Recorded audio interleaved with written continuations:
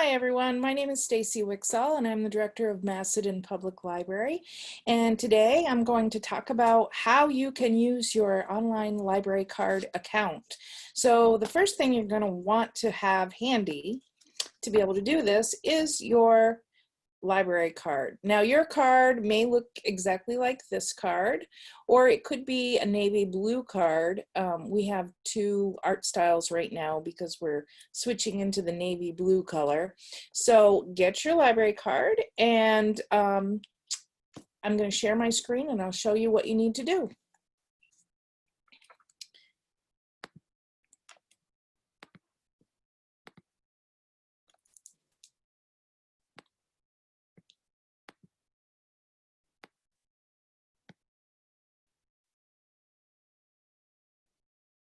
Okay, so here we are on the owl.org site.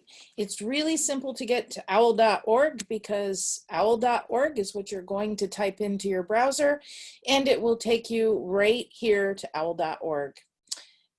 Once you're in owl.org, you need to come over to the right-hand side of the screen and you're going to click log in. It's sort of a teal colored box right here. So here I've clicked on login and it brings me to a different screen. So on this screen, this is where you're going to need your library card. So the first box is going to ask you for your library card number. Now that is, if you look at the little box that I'm in over here, this big long thing is your barcode, and the number underneath, the whole thing, is what you're going to type in there. So let me get started by typing in mine.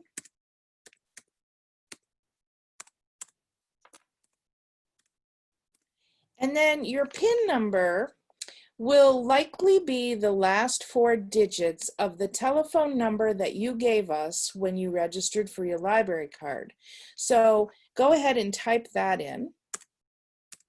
Now later you'll find out that you can change this information. If you find it easier to remember something else, or for whatever reason, you can go ahead and change this, and I'll talk about that a little bit later.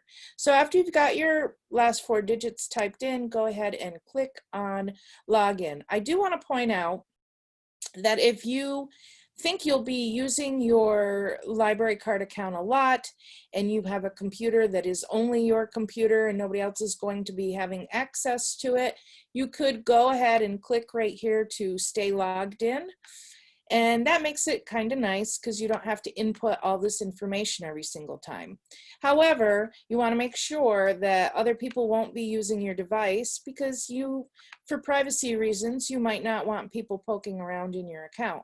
So if for whatever reason, whether you're using a computer that's shared by maybe your whole family and you don't want people poking around, you can unclick it and then it won't stay logged in, and you'll need to enter everything in each time. So I'm not going to stay logged in because I'm actually using McRibbit's account right now, and I don't want to stay logged into his account. So, and for anybody who doesn't know, MacRibbit is a big frog who happens to be the library's mascot. So I've made him a card, and that's what we'll be using today. Okay, so here we are on the other screen, and you'll notice it does say MacRibbit. Now, if you were using your card, it would say your name right up here. And we're in your account. We're in MacRibbit's account. And let's see what we can find out right on the first page. This is your account summary. It tells you a few things. Right off the bat, you know, MacRibbit has 2 items currently checked out. He has 2 items on hold, and he doesn't have anything ready to be picked up at the library. So if I were MacRibbit and I wanted to know super fast, well, what do I have checked out? I can't remember. I could click on that, and it will show me The Frog Book by Steve Jenkins is checked out. It has 2 renewals left, and it is due back September 12th. Other book that's checked out is Friend Frog by Alma Flor Ada, and that one also is due September 12th and has 2 renewals left. So right now, our items have 2-week loan periods. So if on September 12th I wanted to renew it, I could do it right in here, and I would be able to have an additional 2 weeks with it. And if I still wasn't finished 2 weeks after that, I could still renew one more time, and I could have a maximum of 6 weeks with the book. So let's go back to account summary. Now, you'll notice we have these tabs. The tabs are what we'll be using today, so I can show you the different sections of your account. That's how you navigate around. So we can skip messages, because that isn't really anything this library uses with patrons. If you're from another library in the Pioneer Library System, or you have an OWL card, your library may very well use it, and you may have to reach out to them to find out more, but we do not use this particular feature. I'm going to go ahead and check on items checked out, and you'll see items checked out simply takes you right back to the 2 books McRibbit has checked out. So once again, you can either be an account summary and click, whoops, I went too far back. Let me move that. There we go. And now I went too far back again. Okay, so you can either, again, in the account summary, you can find out quickly by clicking here, or you can go to items checked out. Either way will get you to the place where you can find out what's checked out on your account. If McRibbit wanted to renew these titles, let's say that they were due today. They're not, but let's just say they were. Or let's say McRibbit knows he's going out of town and he's not going to be back till the day after the due date. We'll say he's not going to be back till September 13th. And he doesn't want to have to worry about things being overdue. So he could check each book individually, or since they're both needing to be renewed in this case, he could check this little box right here. Both, by checking here, it checks both of them automatically for you. So if McRibbit had a list of 10 items, he wouldn't have to go in and check each single item. He could just check this box and they would all get checked. And by doing this, I can click on the go and it's going to renew the titles. Now it will renew from today's date, which is September 2nd. So I believe the due date will be, it should be September 16th. Let's see.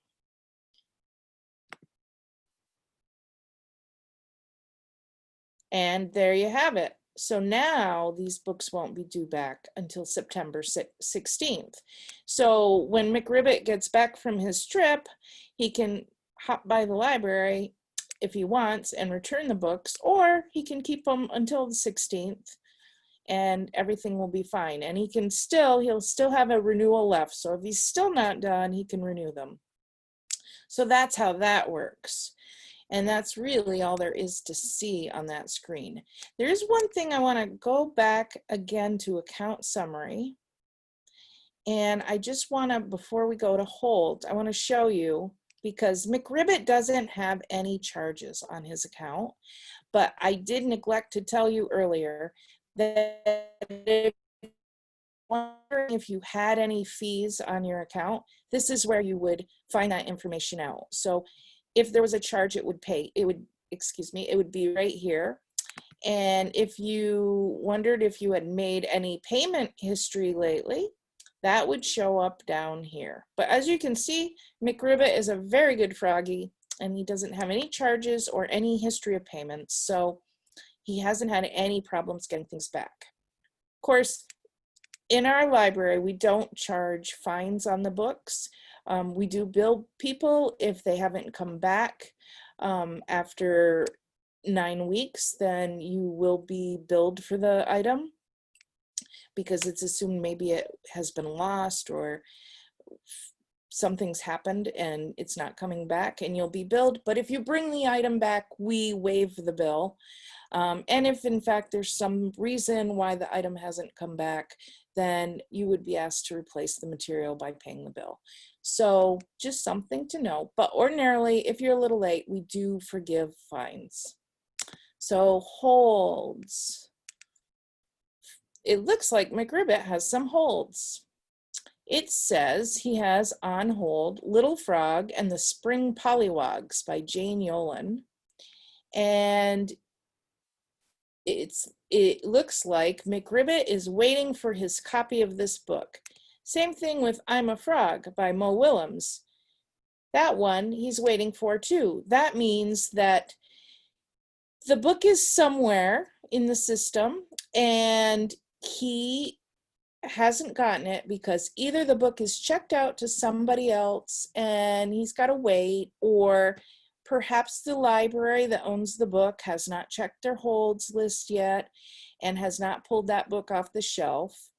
And there's a third reason. Right now, while we're in the pandemic, it may take a little longer for your holds to fill. It used to be that we were able to have deliveries, in this library's case, daily. However, with the pandemic, we will only be having deliveries once a week. And so it could take a week or maybe even 2 weeks until books you order from other places come in. So that's just something to be mindful of when you're placing holds.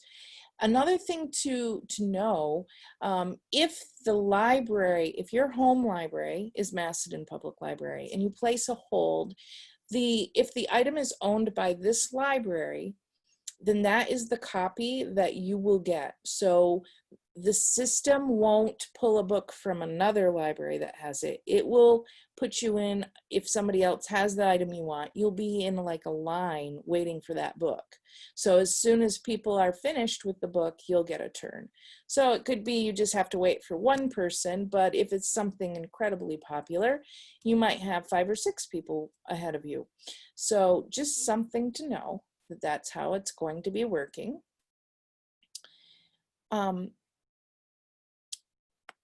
Under actions for selected holds, we have some different things. So suspend a hold. Let's say Froggy's really busy with those 2 books he already has out. And as I said, we know that he is taking a vacation and he's a little bit worried that he might not be able to be back and be able to read through the books quickly enough to be able to come back and have things waiting. It's too overwhelming, and he doesn't want to have too many books out at once that he knows he can't finish. So he could suspend the hold. So I'll show you how that works. Let's say he just wants to suspend Little Frog and the Spring Pollywogs.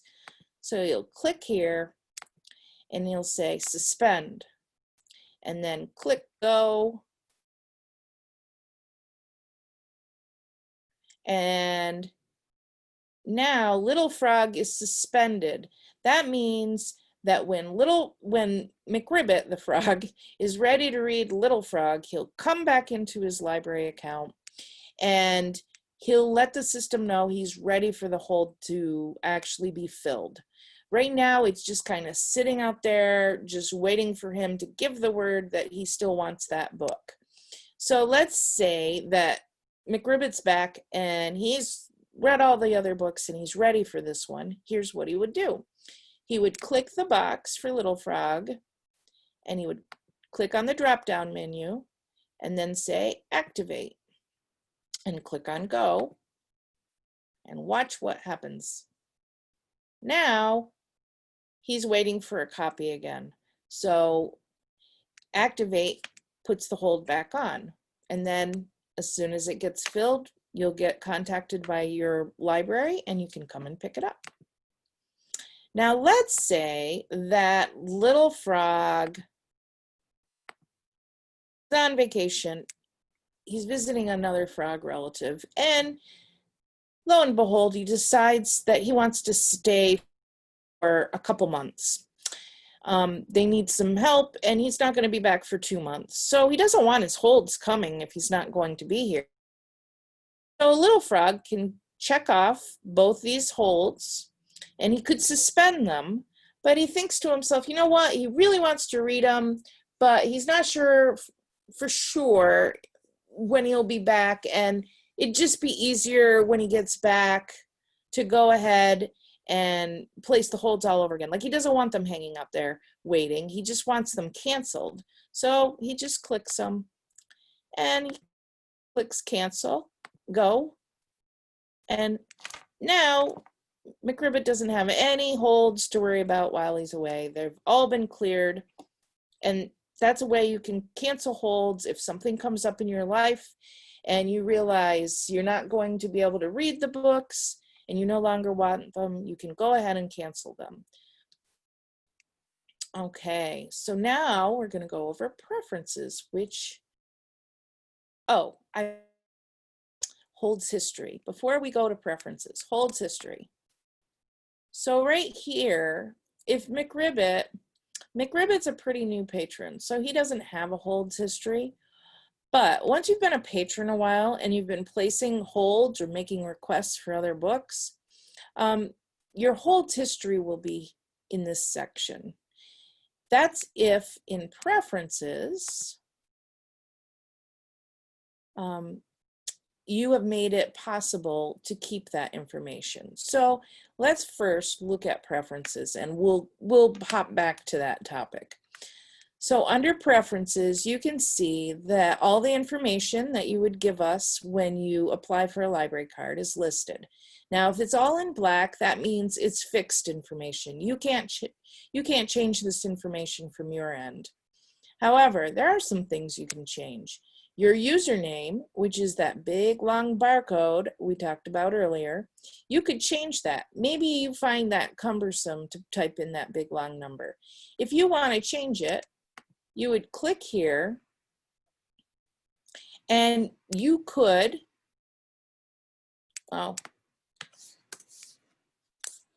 it's got the wrong password in because I used this for technical stuff for the library, so we don't want that in there. Let me just,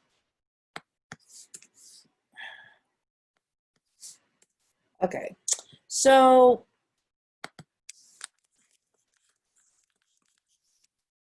if McRibbit wanted to change this number to something he could remember, maybe his name, because he's not going to forget his name, he could make the new username his name. So that's one way to make it a little easier, especially if you know on your device that you don't want to stay logged in on all the time because other people use your computer. Go ahead and make it your name. So there. Now the username for McRibbit's account is McRibbit.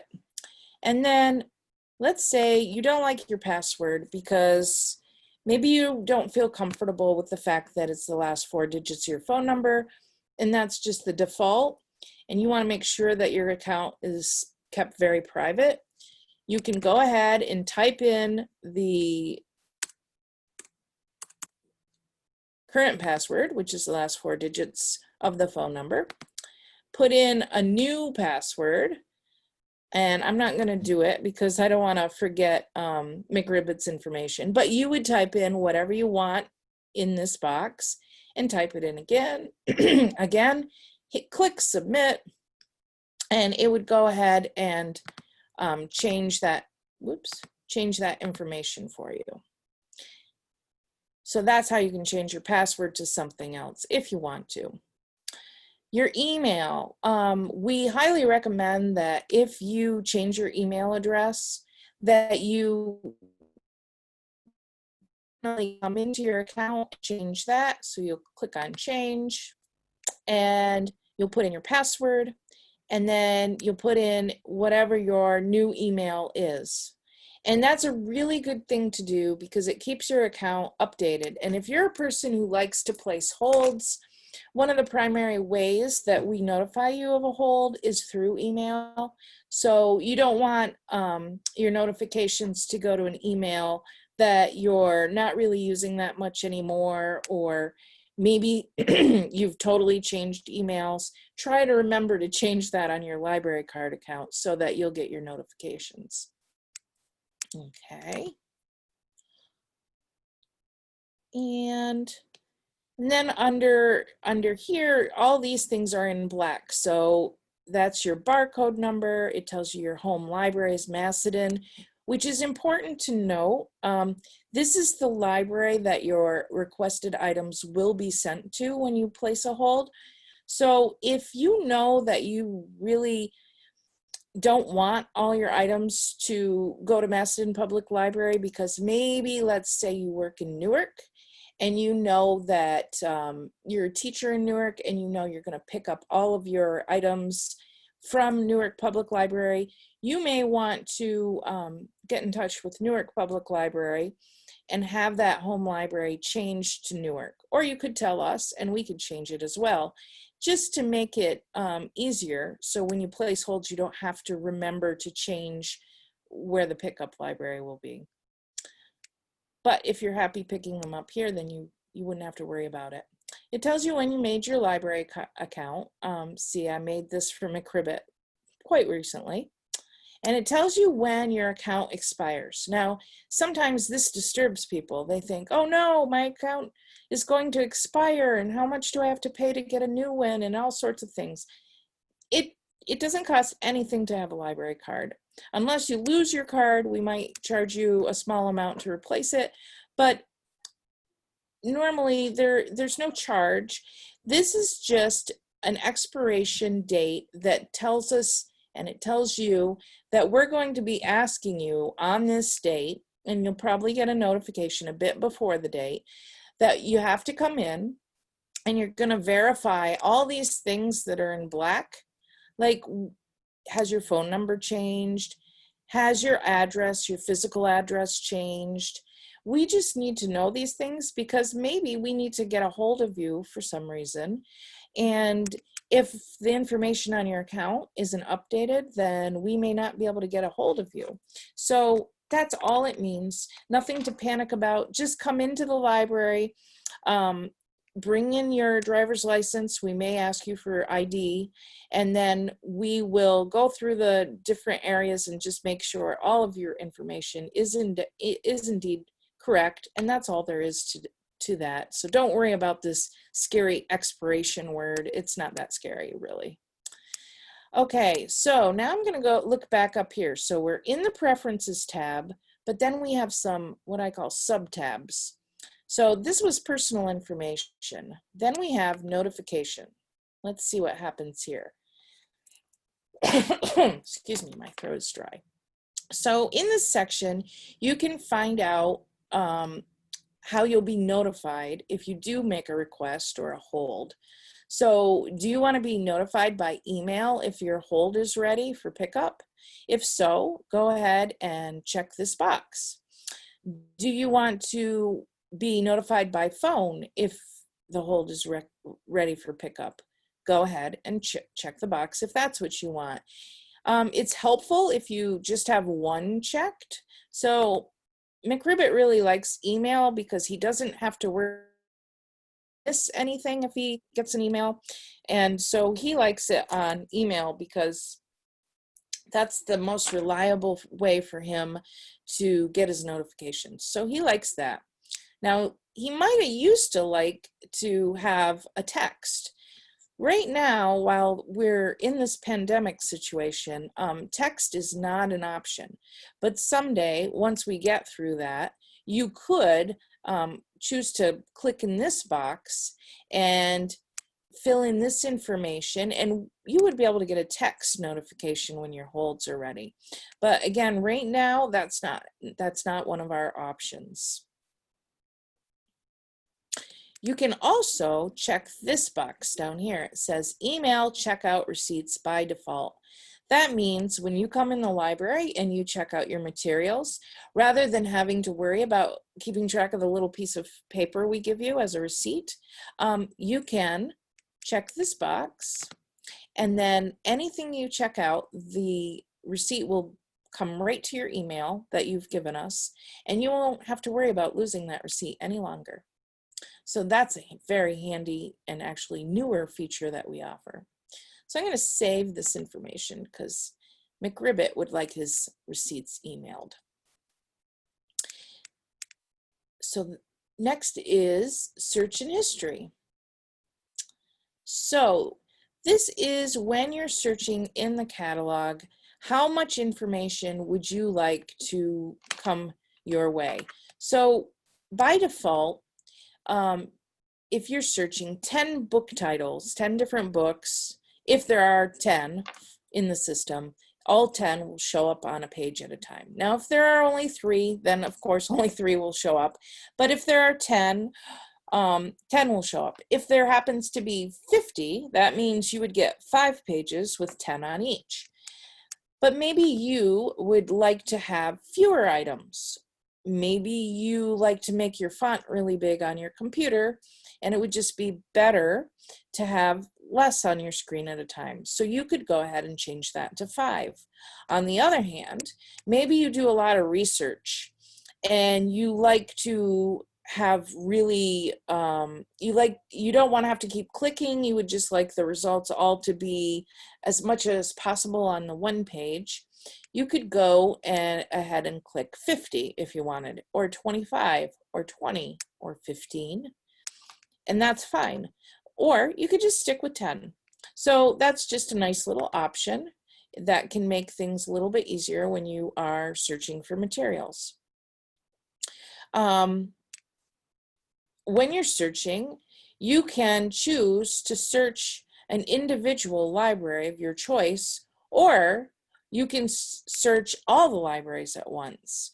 That is your choice. Now, right now, while we're in this pandemic situation, I would recommend whatever library it is that you're going to be picking up your materials from, that is the library you want to search. Because otherwise,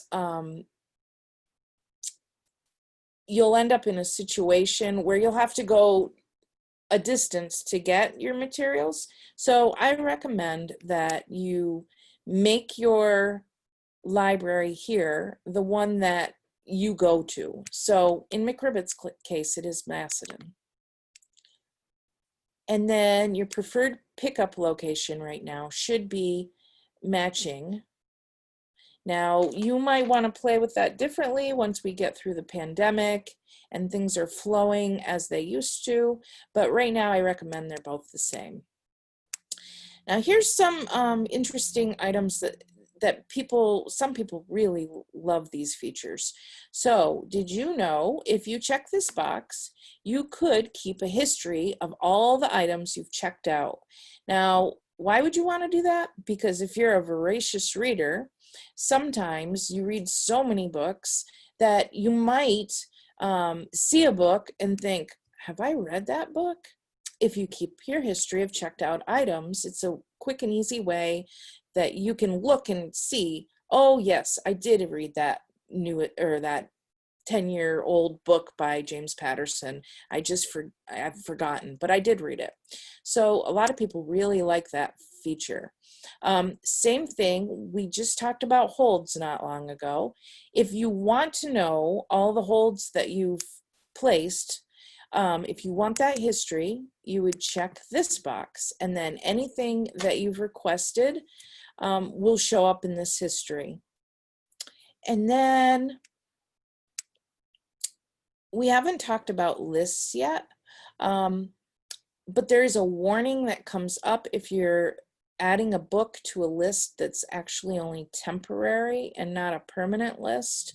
And I would recommend that, although it might seem annoying, it depends how many lists you make. I would recommend that you not check this box. I would recommend you let there be a warning, because there's always that chance that when you're making lists, you could be putting something on a temporary list, and you want to be aware of that, because if it's temporary, it's temporary. So if it's not being saved, you want to make sure you understand it's not being saved, because otherwise you could lose all your work. Another feature to be aware of, allowing others to use your account. So sometimes there could be a situation where one of the members in your family is incapacitated for whatever reason, housebound, and they would like you to be able to pick up their materials. So if that person is able to get into their online account, or maybe that person is you, and you would like someone to be able to pick up your items, that can be arranged for, so long as you name the person who can get into your account and pick up your items.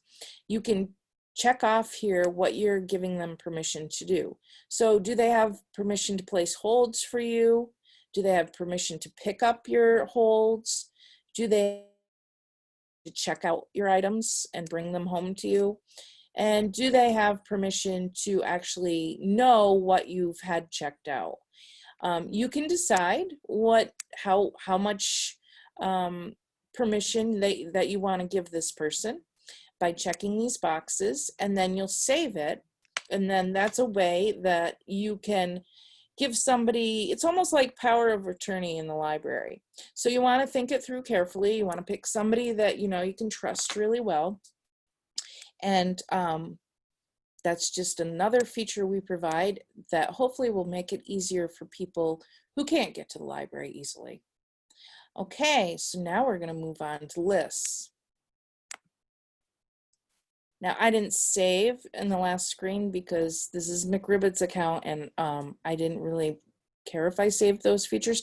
But remember, if you make any changes that you know you want to keep, click the blue save button, or else if we go back, you'll see the things I had checked off no longer saved because I didn't click the big blue button.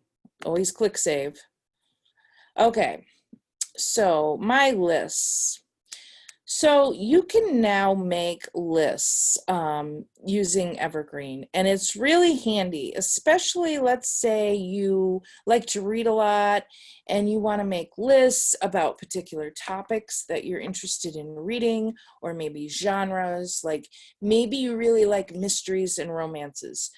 You could make a list, and you could make two lists. You could call one mysteries, and you could call the other one romances.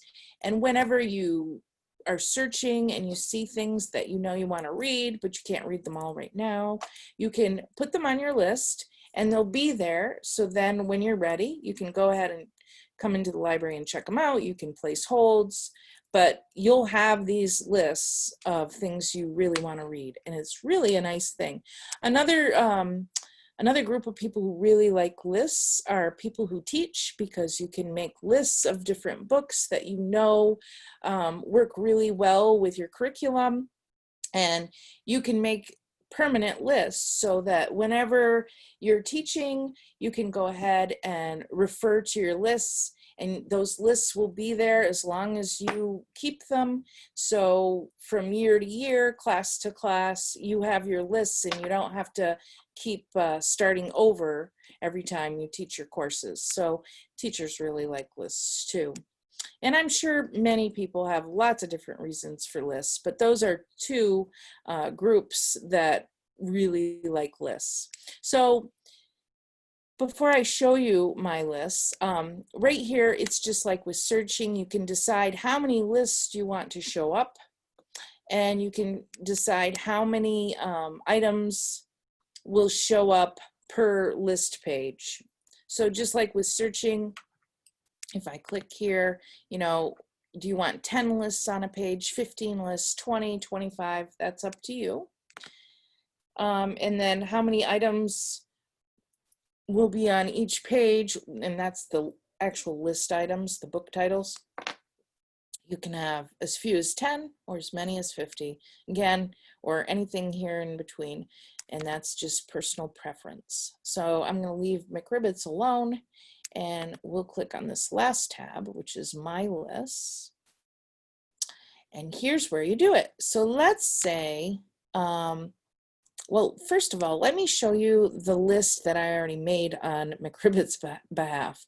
So my existing baskets and lists. So Froggy has a list here that he created. You would type in to make a list like Froggy. Frog books I want to read was typed right in this box. And then in this case, it's kind of a self-explanatory list title. So there's no description, but maybe Froggy could have said, these are all frog books that were published in 2018, 19, and 2020. You can make it as descriptive as you want. It's your list. Maybe you choose to do it like this, and the list title is enough information for you. But if you want more information, because if you get really into lists, you can type whatever you like here, and that would show up here. So let's go ahead and make Froggy a new list. Let's say Froggy wants toad books. I want to read. So toad books I want to read. And let's give it a description. Toad books written after or from 2018 onward. So I'm going to save that. Oh, share the list. If you want to be able to share it, you have to click yes or no. I'm going to say yes. Okay. If I click yes, it makes it public. So sharing a list means that the contents of the list will be visible to others. To see the public view of a shared list, you can click on this button and it'll show you. That could be handy if you're a teacher and you want to direct your students to your list. Let's see. Let me see if I can show you.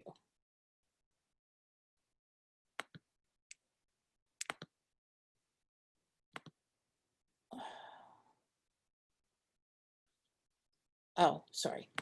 So, sorry about that.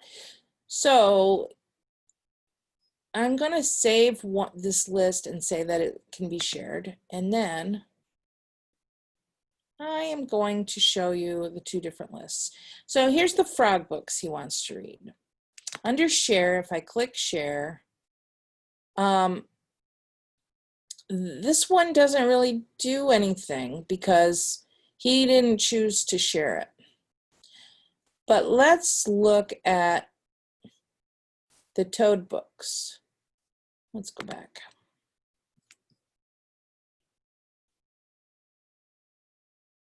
Whoops. It's not letting me go to where I want to be. Okay, so here it is, HTML view.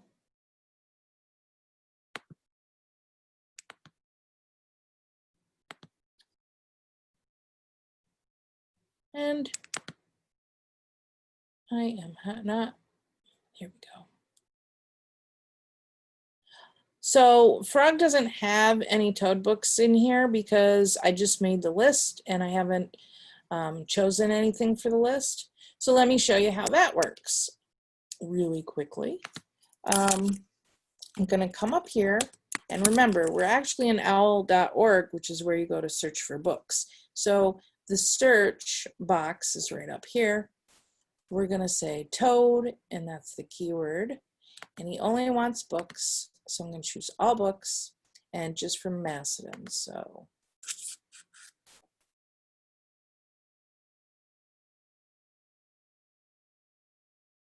okay, so let's say that Toad wants the first two Toad books.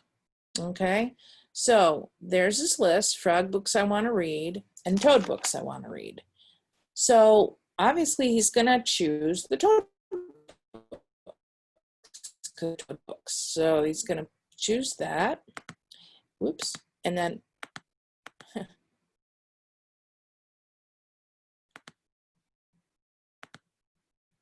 and we're going to choose Toad books and add. So now if we go back to his account, so you always come back up here and you go to my lists. And let's see, Toad books I want to read. And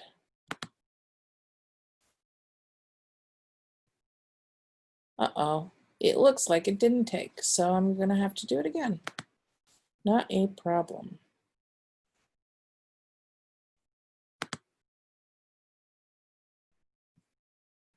There they are, it did take.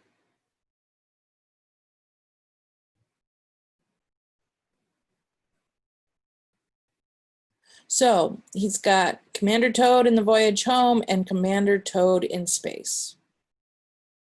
And in the interest of full disclosure, I am not sure why that other list did not work. Let me see if I click here, if it will.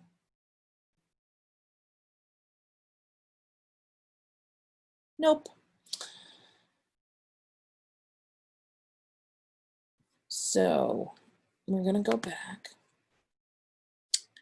to his account, and so that would be how lists work. There's just one more thing I want to show you about lists, and I apologize that the share feature is not working right. You can delete your list. So if Frog no longer wanted this list of Frog books, he could choose to delete it. He could download a CSV. So let's see how that works. You click it, and down at the bottom of your screen is the download, and that just gives you a nice spreadsheet of your list.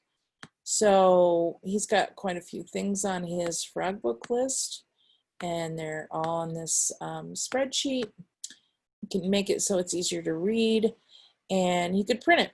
And that way, if he's going to the library, maybe he doesn't have a smartphone and he wants to have the list in print form, he could go ahead and print it on his printer, and he could walk around the library and he could pick up all these books. I am not going to save that because I don't need to. And then you can choose which list shows up first. So remember, when we're searching, I'm just going to go ahead and search for Toad books again real quick.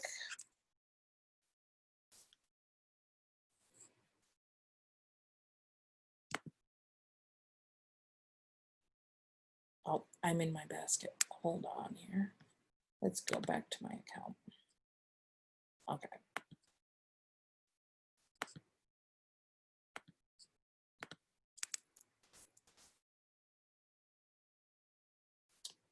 Oh, you know what's happening? My little video of myself is covering this box, so I didn't know that Toad, I was typing Toad in double form because I was wondering.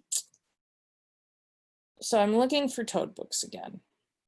So here are the Toad books. Now remember, when you want to add things to a list, right now Frog books I want to read is the default list, and Toad books would be a secondary list. So you might want to make one of your lists, like maybe you know one of your lists will get used the most, but you have some secondary lists that are also important, but you know you're going to be using, let's say Frog knows he wants to really get into Toad books and not as much Frog books. So how can Toad books show up first? Because it's a lot easier to just click on it when it's the first thing on the list, right? Well, he would go to his account and choose my lists and make Toad books the default. Now, when we search for Toad books,